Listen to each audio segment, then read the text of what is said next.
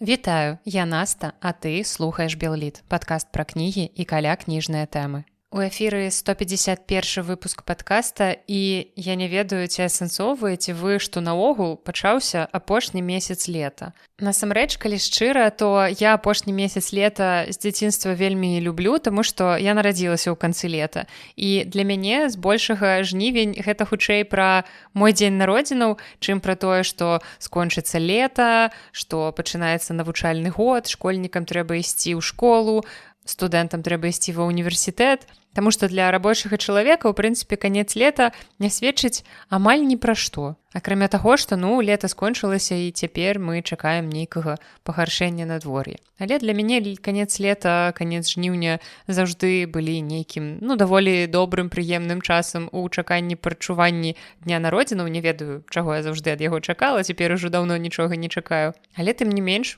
асэнсуйце, калі вы яшчэ не асэнсавалі, можа быць, я толькі што загнала вас у экзістэнцыйны крызіс адносна таго, што лета-то, у прынцыпе, ўжо амаль і скончылася. Але давайце трошкі абстрагуемся ў гэтым выпуску ад жніўня, крыху вернемся ў мінулае, пагаворым пра ліпень і пра тыя падзеі, якія ў ліпені адбыліся. І ў гэтым выпуску вас чакаюць навіны літаратурных прэмій, пераезд на старэйшай аўстралійскай кнігарні, навіны ад Джорджа Мартина, ратаванне сярэднявечнай бібліятэкі ў Венгрыі і многае-многае іншае. Пачынаем з навінак беларускага кнігавыдання, але перад гэтым я б хацела вас павіншаваць з днём беларускага кнігадруку, бо сёння 6 жніўня, калі я записываю гэты падкаст, але шмат гадоў таму, у 1517 годзе у Празе Францыск Скарына стаў нашым першадрукаром, і гэты дзень лічыцца днём беларускага кнігадруку. І паглядзім, якія ж кнігі панавыдавалі людзі, якія працягваюць спадчыну Францыска Скарыны. У выдавецтве Фляумбаум выйшла новая кніга аўтарак, якія ў анатацыі да кнігі пазначаны як знаныя беларускія аўтаркі, якія схаваліся за псеўданімамі. Гэта кніга «Паспець да цемры» Тафілі Багач і Паўліны Кот. Кніга ўжо з'явілася ў нас у кнігаўцы. Магчыма, я пачытаю яе для патронаў у чытацкім дзённіку, і вельмі цікава будзе паспрабаваць здагадацца, якія ж знаныя аўтаркі хаваюцца за гэтымі псеўданімамі. Нам было мала Камілы Цень, пад'ехалі яшчэ новыя людзі з псеўданімамі. У выдавецтве Гутенберг выйшлі адразу дзве навінкі, і першая – гэта зборнік эсэ «Цягнік да Познаня» Аляксея Правалоцкага, які летась перамог у конкурсе рукапісу «Шуфлядка» у намінацыі «Нон-фікшн». І гэта другая кніга аўтара, але дэбютная кніга «Зборнік жыццё ў 12 апавяданнях» выходзіў летась у электронным фармаце ў нас у выдавецтве Янушкевіч. І, дарэчы, гэтая кніга сёлета пазмагаецца за прэмію Гідройце. Але пра прэмію мы пагаворым з вамі трошкі пазней. А цяпер другая кніга аўтара ўжо папяровая у выдавецтве Гутенберг. Гэта кніга «Цягнік да Познаня», 50 гісторый пра жыццё без каталіцкага пашпарта. Пакуль што невядома для мяне, што гэта такое. Прачытаю кнігу, даведаюся. І спробу намацаць абрысы новай краіны. Гэта серыя партрэтаў сапраўдных людзей, збольшага палякаў, выхапленых у розных польскіх гарадах і прапушчаных праз эмігранцкі досвед, настальгію і водгалас беларускай траўмы. Кніга ёсць у продажы ў выдавецтве Гутенберг на сайце, а таксама яна ўжо даехала да нас у кнігаўку. Другая навінка Гутенберга ўжо дзіцячая. Яна таксама летась перамагла на конкурсе «Шуфлядка», толькі ў намінацыі «Творы для дзяцей». Гэта кніга Ганны Кручковай «Хто ты, дрон», якая падыдзе дзецям ад 9 да 12 гадоў. Міжнародны саюз беларускіх пісьменнікаў выпусціў анталогію класічнай беларускай турэмнай паэзіі «Вершы на волю». Укладальнікам выступіў літаратуразнаўца Ціхан Чарнякевіч, і ўвайшлі ў гэтую кнігу паэтычныя творы, напісаныя ва ўмовах турэмнага зняволення, катаргі, лагеру, высылкі, чакання рэабілітацыі і перагляду крымінальных спраў. Храналагічна тэксты закранаюць больш як 100гадовы перыяд неперарыўнай традыцыі і вымушанага развіцця беларускай турэмнай паэзіі. Ад філамацкіх 1820-х, калі ў Вільні былі зняволеныя Адам Міцкевіч, Ян Чачот, Тамаш Зан, ажно да гулагаўскай лірыкі асуджаных неўзабаве пасля заканчэння Другой сусветнай вайны. Усяго анталогія змяшчае тэксты 35 аўтараў, напісаныя ва ўмовах пазбаўлення волі. Кніга ёсць у продажы на сайце фонду «Камунікат». У нас у выдавецтве Анушкевіч выйшла новая кніга вершаў паэта Мікіты Найдзёнава, якая называецца «Праспект нежалезнасці». Тут галоўнае не памыліцца ў назве менавіта нежалезнасці, а не незалежнасці. У зборнік увайшлі вершы, які аўтар пісаў з часу выхаду яго дэбютнай кнігі «Развітанцыі» ў 2015 годзе. Мастацкае афармленне кнігі зрабіла Лізавета Лянкевіч, і, як заўжды, тое, да чаго дакранаецца рука Лізаветы, становіцца творам мастацтва. Усе яе кнігі — гэта тое, што можна разглядаць бясконца, і абавязкова хочацца мець на сваіх паліцах як такі мастацкі аб'ект, мастацкі артэфакт. Ну а кніга ў продажы на нашых паліцах у кнігарні «Кнігаўка» і таксама на сайце кнігаўка.com. Наступная навіна адразу пра дзве навінкі, пра навінку кніжную і пра навінку выдавецтва. Міжнародны саюз беларускіх пісьменнікаў запусціў уласную кніжную марку «Сурма», пад якой будуць выходзіць кнігі беларускіх і замежных аўтараў. Першая кніга, перакладзеная з літоўскай Сабінай Брыло, гэта твор Гінтараса Граяўскаса, гісторыі пра адважнага рыцара Тэнксалота і дракона містера Кайндлі. Герой гэтай аповесці адпраўляецца на пошукі дракона, каб яго забіць, бо гэта, у прынцыпе, лагічна і натуральна, калі ты назваўся рыцарам. І таму тваё атачэнне патрабуе ад цябе абсалютна заканамернага канвенцыйнага дзеяння забойства. Гэта такі экзамен, які належыць здаць грамадству, каб цябе прызналі за таго, кім ты заяўлены. Але ў гэтым творы штосьці пайшло не так. Два антаганісты, рыцар і драконы, замест таго, каб біцца, пачынаюць размаўляць. Чытач робіцца слухачом захапляльных гісторый, у якіх рэальныя гістарычныя падзеі і персанажы пераплятаюцца з фантазіямі, поўнымі гумару і філасофіі. Кнігу можна купіць на сайце фонда «Камунікат». Таксама дзве навінкі выйшлі ў серыі «Паэты планеты». Два новыя зборнікі з серыі — гэта выбраная украінскай паэткі Лесі Украінкі і эпіграмы і афарызмы нямецкага паэта Фрыдрыха фон Логау. Эпіграмы з нямецкай пераклаў Лявон Баршчэўскі, а выбраная лірыка Лесі Украінкі выйшла ў перакладах Георгія Ліхтаровіча. Абедзве кнігі ёсць у продажы на сайце Кнігербай і ў кнігарні Акадэмкніга ў Мінску. Таксама у выдаўца Рамана Цымберава з'явілася новая серыя кніг для дзяцей пад назвай «Ветрачок». Першай у серыі выйшла вершаваная казка Геннадзя Бураўкіна «Зай і яблынька», якая вучыць маленькіх чытачоў асновам дабрыні і спагады. Ілюстрацыі да кнігі намалявала Валерыя Вілкіна.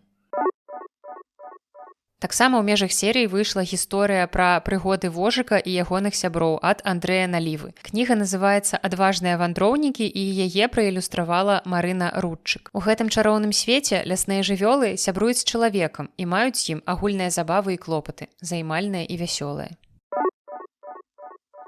Ну і трэцяя ў серыі — гэта кніга «Падслуханая казка» Андрэя Федарэнкі з ілюстрацыямі Кацярыны Яфрэмавай. Гэтую кнігу, а таксама ўсе іншыя кнігі серыі можна купіць у Акадэмкнізе і таксама на сайце Кнігербай. Выдавецтва «Папуры» перавыдала кнігу казак Надзеі Ясмінскай «Сем ружаў» з ілюстрацыямі Кацярыны Дубовік. Калісьці ў 2016 годзе гэтая кніга стала проста хітом. Яна перамагла адразу ў 2 намінацыях прэміі «Цёткі» і за найлепшае мастацкае афармленне, то бок за ілюстрацыі кнігі, і за найлепшы твор для дзяцей, то бок за тэкставую частку, уласна напісаную Надзеяй Ясмінскай. І вось праз 10 гадоў твор атрымаў сваё перавыданне. І калісьці, калі тады кніга выходзіла і стала папулярнай, я не паспела яе прачытаць, купіць, але вось цяпер як быццам бы спецыяльна для мяне зрабілі перавыданне, і таксама мастачка падкрэсліла, што гэтая кніга з новым дызайнам і часам там нават сустракаюцца новыя ілюстрацыі. У Мінску кнігу можна купіць, напрыклад, у кнігарні «Кніжная шафа». І яшчэ адна дзіцячая навінка ад «Папуры» — гэта класічная аповесць «Таямнічы сад» Фрэнсіс Элізы Ходжсон Бёрнет. Кнігу пераклала Алена Петрович, а праілюстравала Лізавета Лянкевіч, якую мы сёння ўжо згадвалі. У «Таямнічым садзе» апавядаецца пра дзяўчынку Мэры, 10гадовую дачку заможных бацькоў, разбэшчаную і свавольную. Яна прызвычаілася рабіць, што хоча, і злуецца, калі ёй не падпарадкуюцца. Аднак шэраг нечаканых падзей цалкам змяняе яе жыццё, і Мэры застаецца адна. Ці зможа яна са сваім нясцерпным характарам знайсці прызначэнне ў свеце без бацькоў і слуг? Якія змены чакаюць дзяўчынку і яе асяроддзе? І хто спаткаецца ёй у новым жыцці? Кніга таксама ўжо ёсць у продажу ў кніжнай шафе. У выдавецтве беларуская навука выйшла навінка традыцыйны светалат беларусаў грамадства. Гэта ўжо 4-я кніга серыі, прысвечанай ключавым тэмам, вобразам і канцэптам традыцыйнага светапогляду беларусаў. У 4-м томе, усяго іх запланавана 5, гаворка ідзе пра тое, як традыцыйная культура бачыць сям'ю, грамадства, яго структуру і функцыянаванне ў розных жыццёвых сітуацыях. Кніга ў продажы ў Мінску ў кнігарні Акадэмкніга. У выдавецтве фонда «Камунікат» выйшла адразу некалькі навінак. Новыя фражкі ад Севярына Квяткоўскага, сабраныя ў кнізе «Мы ідзём на марш». Северын Квяткоўскі праз абраны нібыта выключна лёгкі фармат фрашак раскрывае рысы эпохі станаўлення новага беларускага грамадства, дзе старая савецкага ўзору архаіка сутыкаецца з людзьмі новага мыслення, з новымі беларусамі, якія хочуць больш паветра, больш прасторы і больш беларускасці для сябе. Другая навінка – гэта палітычны трылер Лешыка Шарэбкі «Беларускі снайпер» у перакладзе Алеся Плоткі.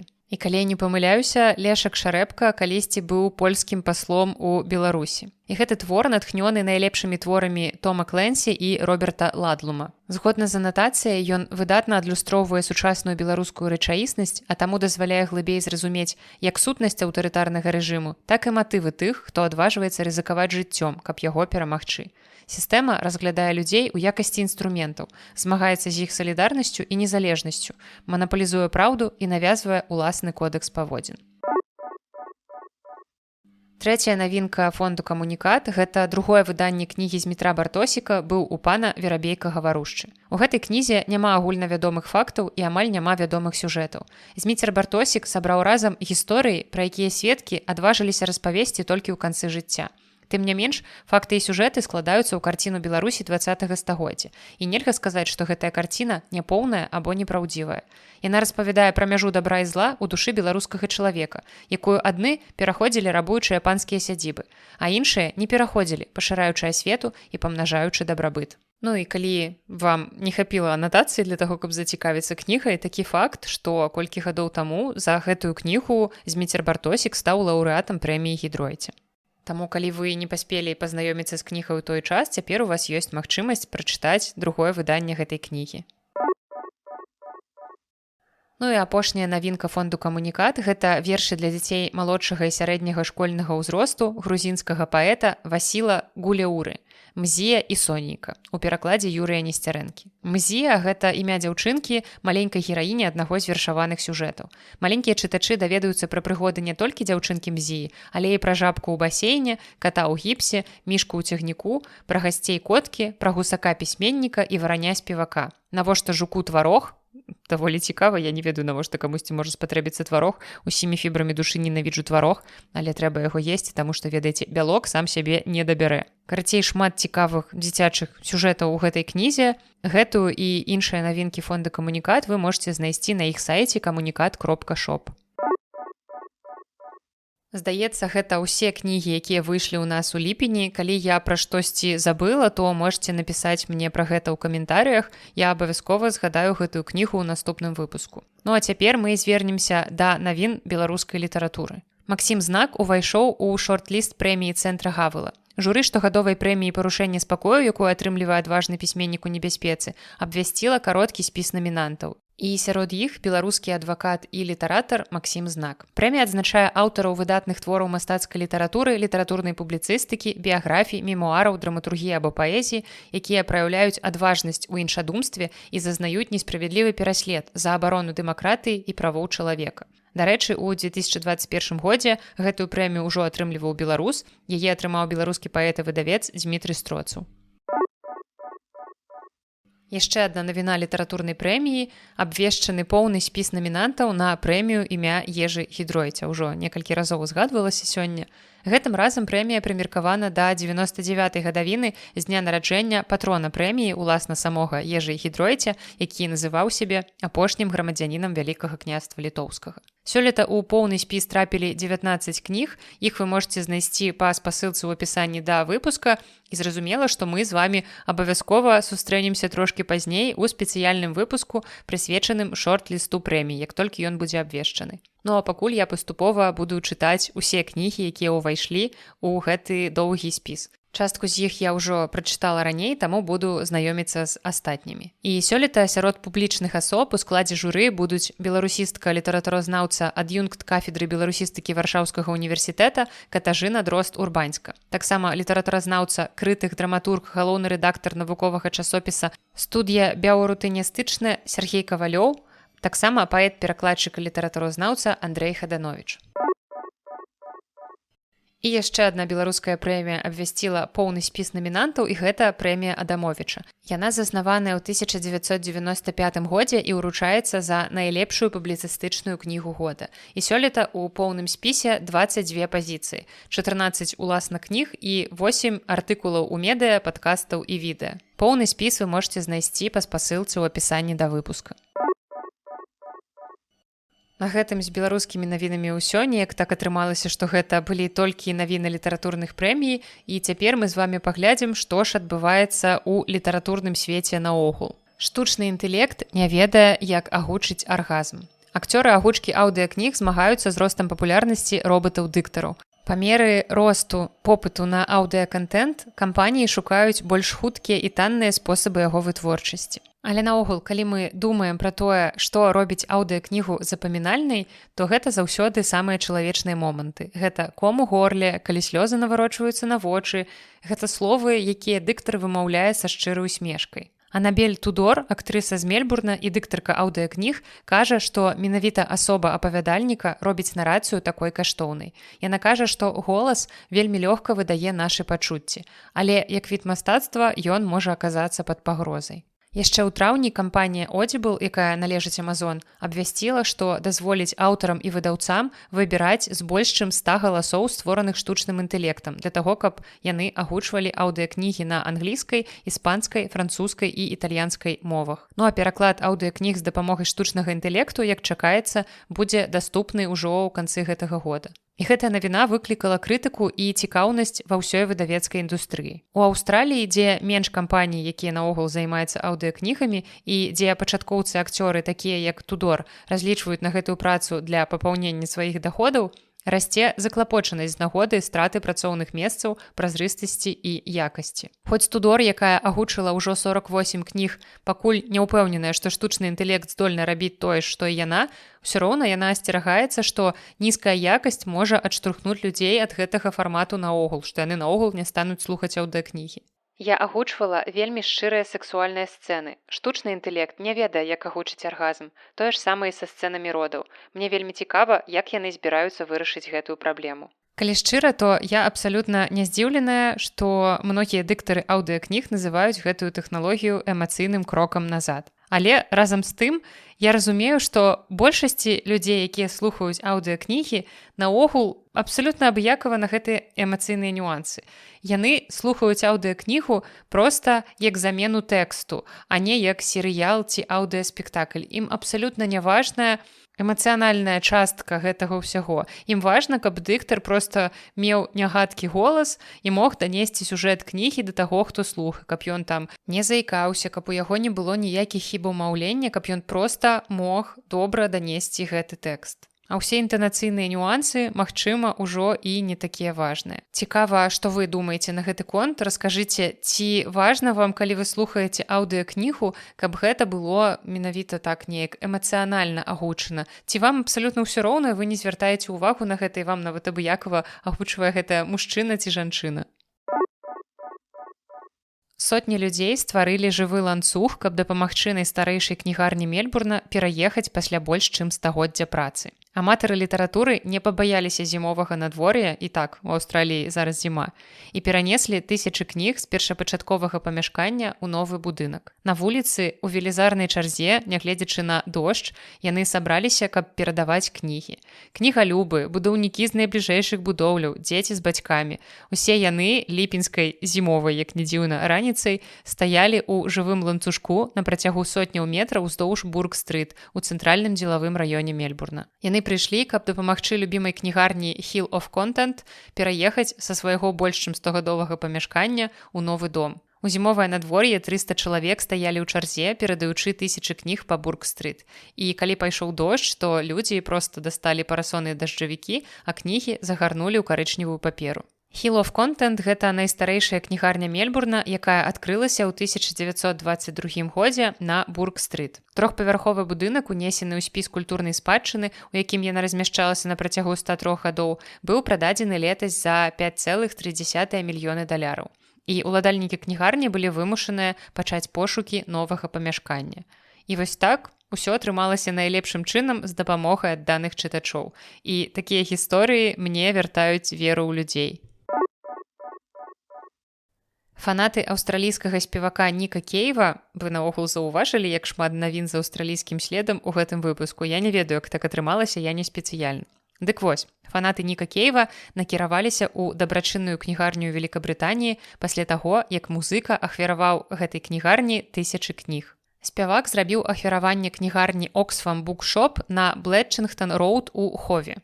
Кнігі калісьці былі часткай яго асабістай бібліятэкі. І вось што расказаў супрацоўнік кнігарні па імені Рычард. Гэта вельмі цікавае ахвяраванне. Тыпы кніг вельмі разнастайныя. Ёсць філасофія, мастацтва, рэлігія, нават старыя мастацкія кнігі ў мяккай вокладцы.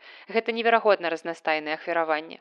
Ён, відавочна, беражліва захоўваў свае кнігі, і некаторыя з іх даволі старыя. Сярод кніг з калекцыі Кейва, выстаўленых на продаж, былі кнігі Салмана Руждзі, Крыстафера Хітчынса, Іэна Мак'юэна, першае выданне рамана Джоні Кэша «Чалавек у белым» і кніга рэцэптаў афрадызіяку і многае-многае іншае. Газета The Times паведаміла, што натоўп людзей праглядаў кнігі Кейва ў кнігарні, і сярод кніг былі такія скарбы, як пасадачны талон Кейва на рэйс у Амстэрдам, карта ЗША, пусты пачак цыгарэт і стары канверт з надпісам «Зуб Люка», падпісаны характэрным почеркам Кейва. Люк – гэта сын Ніка Кейва, якому ўжо 34 гады. Некаторыя пакупнікі паведамілі, што знайшлі кнігі з падкрэсленымі сказамі або урыўкамі, адзначанымі почеркам Кейва. Некаторыя з іх калісьці былі падарункамі, у тым ліку асобнік лейтэнанта Інішмора з дароўным надпісам ірландскага драматурга Марціна Макдоны. Прадстаўнік Кейва сказаў, што той не будзе каментаваць ахвяраванне. Ён заявіў: «Ён лічыць, што гэтыя знаходкі застануцца інтрыгуючымі загадкамі для тых, хто іх знойдзе». Аднойчы я кудысьці ахвярую сваю бібліятэку, праўда, я ўпэўнена, што ніякіх падарунчкаў у выглядзе нейкіх квіткоў ці паперак там не будзе, таму што я звычайна нічога не ўкладваю ў кнігі. А вось мае падкрэсліванні і мае розныя бязглуздыя каментарыі там будуць дакладна. Журы другой паводле прэстыжнасці пасля Нобелеўскай прэміі ўзнагароды ў свеце літаратуры з больш чым 150 назваў выбралі 13 кніг фіналістаў, якія будуць змагацца за букераўскую прэмію і 50 000 фунтаў стэрлінгаў. Усе яны даследуюць ідэнтычнасць індывідуальную або нацыянальную. У доўгі спіс увайшлі аўтары, якія прадстаўляюць 4 кантыненты і 9 краін: Албанію, Канаду, Венгрыю, Індыю, Малайзію, Трынідад і Табага, Украіну, Великабрытанію і ЗША. Атрымалася даволі разнастайна. Як падкрэсліваюць члены журы, намінаваныя кнігі пераносяць чытачоў на ферму ў паўднёвай Малайзіі, у венгерскі жылы раён і ў маленькі гарадок на грэчаскім узбярэжжы. Яны праліваюць святло на жыццё карэйцаў у посткаланіяльнай Японіі, самотнага індыйца ў заснежаным Вермонце, косаўскага выжылага пасля катаванняў, які жыве ў Нью-Йорку, рыбака-крэветачніка з паўночнай Англіі, маці, чыё дзіця было аддадзена на ўсынаўленне ў Венесуэлі, і нават на знікаючых слімакоў у сучаснай Украіне. Яны паказваюць класічнае амерыканскае падарожжа на аўтамабілі як павольны крызіс сярэдняга ўзросту і выносяць нас у самае сэрца самай халоднай зімы ў гісторыі Великабрытаніі. Лаўрэат букераўскай прэміі 2025 года будзе абвешчаны ў панядзелак 10 лістапада падчас цырымоніі ў Лондане. І, дарэчы, сярод цікавостак гэтага сезону прэміі тое, што ў спіс членаў журы ўвайшла актрыса Сара Джесіка Паркер. Я пакуль што не знаёмая ні з адной кнігай з гэтага спісу, але вы чулі, што тут у спісе краінаў ёсць Венгрыя, і сапраўды Давід Салай, венгерскі пісьменнік, які напісаў кнігу «Флэш», ён намінаваны на гэтую прэмію. Я бачыла гэтую кнігу ў будапешскіх кнігарнях і ўжо літаральна праз тыдзень-два, калі я траплю ў Будапешт, я яе там куплю, я яе збіралася купіць ужо даволі даўно, але улічваючы, што кніга ў цвёрдай вокладцы, яна трошкі большага фармату, чым звычайная кніга, і такая даволі аб'ёмная, мне заўжды было лянот яе потым весці з сабой. Але тут ужо я ахвярую, можа быць, іншымі кнігамі, якія я прывезла з Будапешта гэтым разам, але гэтую кнігу я дакладна куплю, і гэта будзе мая першая прачытаная ў гэтым спісе кніга. Ну што, навіна, якую, магчыма, многія з вас чакалі, і гэтую добрую навіну, мабыць, добрую, магчыма, не ведаю, Джордж Мартин нарэшце прынёс нам усім. Калі вы адносіцеся да тых прыхільнікаў песні «Лёды і полымя», якія ўжо не ўспрымаюць сур'ёзна пастаяннае запэўніванне Джорджа Мартина пра тое, што ён усё піша і піша, я вас у гэтым не вінавачу. Гэта як хлопчык, які крычаў ваўкі. У пэўны момант ты проста перастаеш рэагаваць на гэтыя расказы. Аднак, калі вы ўсё яшчэ верыце ў тое, што ён скончыць сагу, распачатую ў пачатку 90-х гадоў, у мяне для вас ёсць, здаецца, добрая навіна. У інтэрв'ю для Penguin Random House Мартин запэўніў не толькі, што ільвіная доля працы ўжо гатовая, але і што чытачам сапраўды ёсць чаго чакаць. «Вятры зімы» павінны стаць самай доўгай кнігай у яго творчасці. Гэтая кніга, як упэўнівае пісьменнік, якую ён ужо скончыў на 75%, налічвае ўжо больш за 1200 старонак. Пісьменнік распавёў, што яму засталося напісаць яшчэ 10-400-500. Ну і прычынай працяглага чакання з'яўляецца ўжо вядомая складаная структура рамана, велізарны маштаб апавядання і колькасць персанажаў, чые пункты гледжання неабходна аб'яднаць. І тут вы таксама можаце падзяліцца ў каментарыях, верыце вы Джорджу Мартину, або вы ўжо адчаяліся наогул чагосьці чакаць, і вам дастаткова таго, чым скончыўся серыял «Гульня тронаў». Ну а пакуль мы лічым, што пагроза кніжнаму свету гэта TikTok і падлеткі, якія не чытаюць, у венгерскім абацтве Пананхальма, заснаваным яшчэ ў 996 годзе, адбываецца сапраўдная вайна за літаратурную спадчыну. Найстарэйшая бібліятэка Венгрыі можа страціць сотні тысяч кніг праз шкоднікаў. Прычынай стаў хлебны тачыльшчык. Гэта такое насякомае, якое прыцягвае желацін і крухмал, якія сустракаюцца ў кнігах. У сярэднявечнай бібліятэцы манастыра Пананхальма ў Венгрыі пачалася аперацыя па выратаванні 100 000 унікальных кніг. Выданні ў вокладках ручной працы спакавалі ў герметычныя пакеты для дэзінсекцыі і знішчэння жукоў, якія ўласна і псуюць старонкі. Праблему выклікаў вось гэты хлебны тачыльшчык, які псуе не толькі прадукты, але і матэрыялы з крухмалам і желацінам, і гэта прыцягвае яго ўласна ў бібліятэкі і музеі. Спецыялісты звязваюць рост колькасці шкоднікаў са змяненнем клімату. Павышэнне тэмпературы паскарае іх жыццёвыя цыклы. То бок, калі вам здаецца, што клімат і гэтае глобальнае пацяпленне ні на што не ўплываюць, яны ўплываюць на культуру. Вось гэта доказ адваротнага. Жукі, разагрэтыя гальфстрымам, ядуць еўрапейскую гісторыю. Кнігі будуць захоўвацца ў пакетах без доступу кіслароду 6 тыдняў. Спецыялісты спадзяюцца, што жукі загінуць без доступу да кіслароду, пасля чаго кожную кнігу ўручную правераць і ачысціць.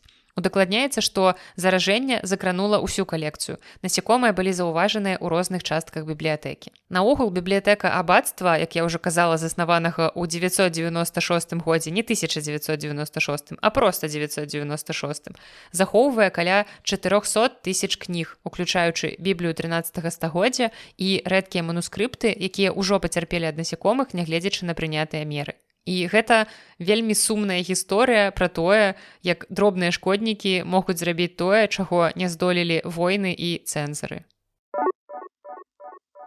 І на сёння гэта ўсё. Атрымаўся такі невялікі выпуск. Відаць, лета, усе адпачываюць, і нават літаратурныя навіны адбываюцца не так часта ў гэты перыяд. Паглядзім, што будзе ў жніўні. Сустрэнемся з вамі ў літ-навінах праз месяц, а ў новым выпуску падкаста «Белліт» ужо праз тыдзень. На сёння гэта ўсё. З вамі была Наста і падкаст «Белліт». Да сустрэчы!